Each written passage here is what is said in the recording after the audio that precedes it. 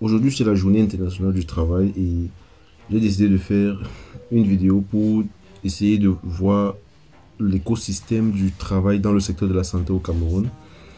Et je me suis rendu compte que travailler dans le secteur de la santé au Cameroun, c'est véritablement difficile. C'est travailler pendant plus de 10 ans sans contrat, sans rémunération, sans assurance sociale, sans un salaire stable. En 2024, il y a plus de 16 000 professionnels de la santé qui ont été formés et qui attendent toujours un recrutement. Pendant que eux, ils sauvent la vie des gens, ils s'occupent de la vie des gens. Qui est-ce qui s'occupe véritablement de la leur? On en parle en plus en détail dans cette vidéo. Bonjour les amis, bienvenue sur Parlons de santé publique. Ici on parle d'actualité sanitaire, on parle des concepts de santé, on parle de nos expériences en santé publique, on parle de la recherche en santé. Donc, on parle de tout ce qui peut te permettre d'apprendre davantage sur la santé publique. Si tu es étudiant, professionnel de la santé ou alors simplement curieux, je t'encourage à t'abonner et à activer la cloche de notification pour ne rien manquer à chaque fois qu'on publie une nouvelle vidéo. Alors, aujourd'hui c'est la journée internationale du travail les amis. Voilà, il y a beaucoup de cérémonies, c'est même une journée fériée ici au Cameroun comme je l'imagine dans beaucoup d'autres pays en Afrique. Et donc, c'est l'occasion de se réjouir, de fêter. Mais on peut véritablement se poser la question, est-ce qu'il faut véritablement fêter lorsqu'on se rend compte de la situation dans laquelle nos travailleurs sont, et on va se focaliser beaucoup plus sur les travailleurs de santé, c'est-à-dire ceux qui s'occupent de la santé des populations. Okay? Il faut savoir que les personnes qui s'occupent de votre santé, ils doivent être bien pris en charge parce que s'ils ne sont pas pris en charge normalement, alors vous êtes à risque parce que ils ne sont pas en sécurité. Donc, votre santé également pourrait être en risque. Donc, dans cette vidéo, on va parler de plusieurs éléments. Déjà, la crise des ressources humaines. Vous savez, au Cameroun, les amis, on a une véritable, ce qu'on appelle crise silencieuse des ressources humaines. Moi, je ne dirais même pas que c'est une crise silencieuse parce que, voilà, c'est tellement flagrant, c'est tellement ouvert, ok.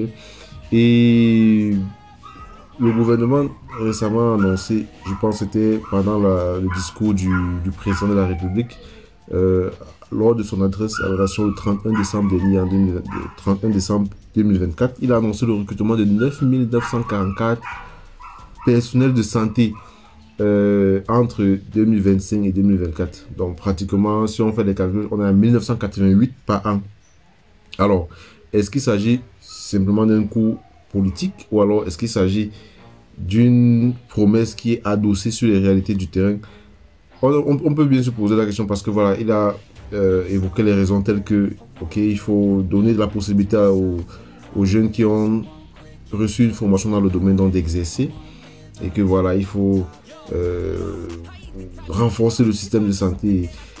Bon, on peut se poser plusieurs questions, mais lorsqu'on a ce chiffre-là de 9 944 personnels qui seront recrutés entre 2025 et 2030, et qu'on se rend compte qu'on a près de 16 000 personnes qui ont été formées et qui sont en attente de recrutement, on peut bien se poser la question de savoir, au jour où on est actuellement en 2025, on a plus de 16 000 personnes qui ont été formées qui attendent le recrutement. Mais on nous fait la promesse d'avoir 9 944 qui seront recrutés sur une période de 5 ans.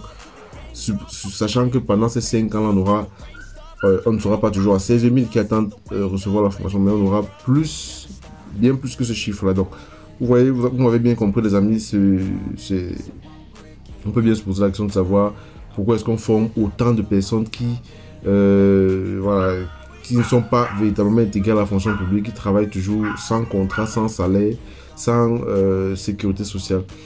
Et on a des cas concrets de précarité. On a par exemple l'hôpital à Kentini où on a pratiquement 600 sur 900 employés qui travaillent véritablement dans des situations précaires. Okay? Même aussi au niveau des centres des urgences de Yaoundé, on a entre 300 et 350 sur 450 personnels de santé qui travaillent dans des situations précaires. Et donc, on peut bien se poser la question de savoir, est-ce que le problème, c'est pas d'améliorer les conditions de travail, ok, de s'assurer que l'employé, le travailleur de santé a un statut qui est approprié, ok, qu'on prenne en charge son assurance, ok, qu'on prenne en charge sa rémunération et son plan de carrière. Donc, Ce qui est clair, c'est que on a un sous-effectif criard au niveau du système de santé au Cameroun. Le Cameroun compte actuellement près de 1,9 médecins, ou alors 1,9 infirmiers sur 10 000 habitants. Ok, ça c'est le ratio nombre d'infirmiers par habitant. 1,9 infirmiers pour 10 000 habitants, ce qui est bien en deçà du ratio recommandé par l'OMS, qui est donc de 10 infirmiers pour 10 000 habitants. Et voilà, dans une province par exemple comme le Québec, eux, ils ont 100 jusqu'à 100 infirmiers pour 10 000 habitants.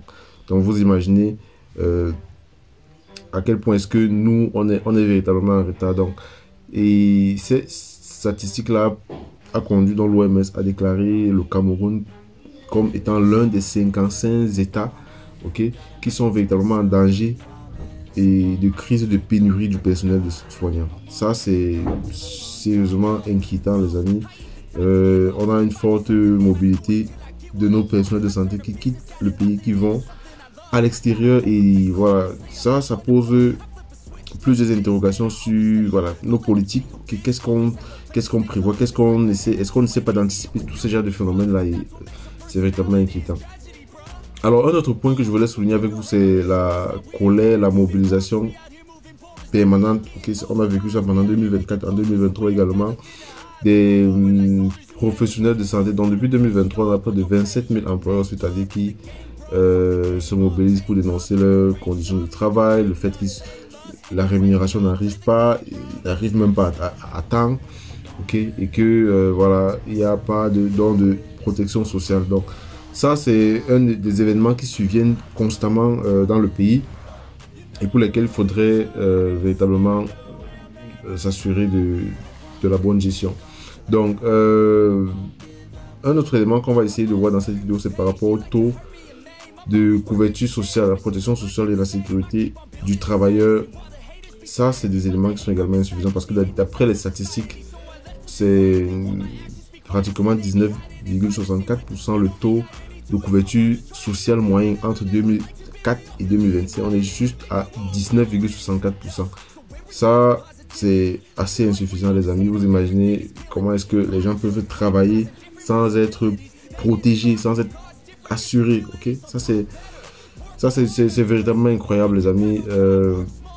Et lorsqu'on parle maintenant de la loi sur les accidents de travail qui date de 1977, okay, vous imaginez une loi qui date de 1977, c'est-à-dire qu'elle n'a pas été révisée, elle n'a pas été améliorée.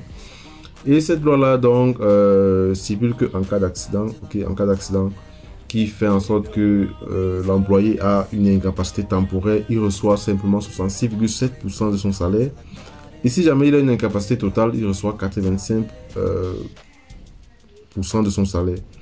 Alors, dites-moi, est-ce que vous pensez que c'est logique? Est-ce que vous pensez qu'il n'y a pas des améliorations à faire? Si on a un accident du travail et on reçoit directement une baisse de son salaire à cause de l'accident du travail qu'on a eu, et nous tous, on sait à quel point est-ce que les personnels de santé sont véritablement exposés dans notre contexte actuel de travail. C'est assez inquiétant.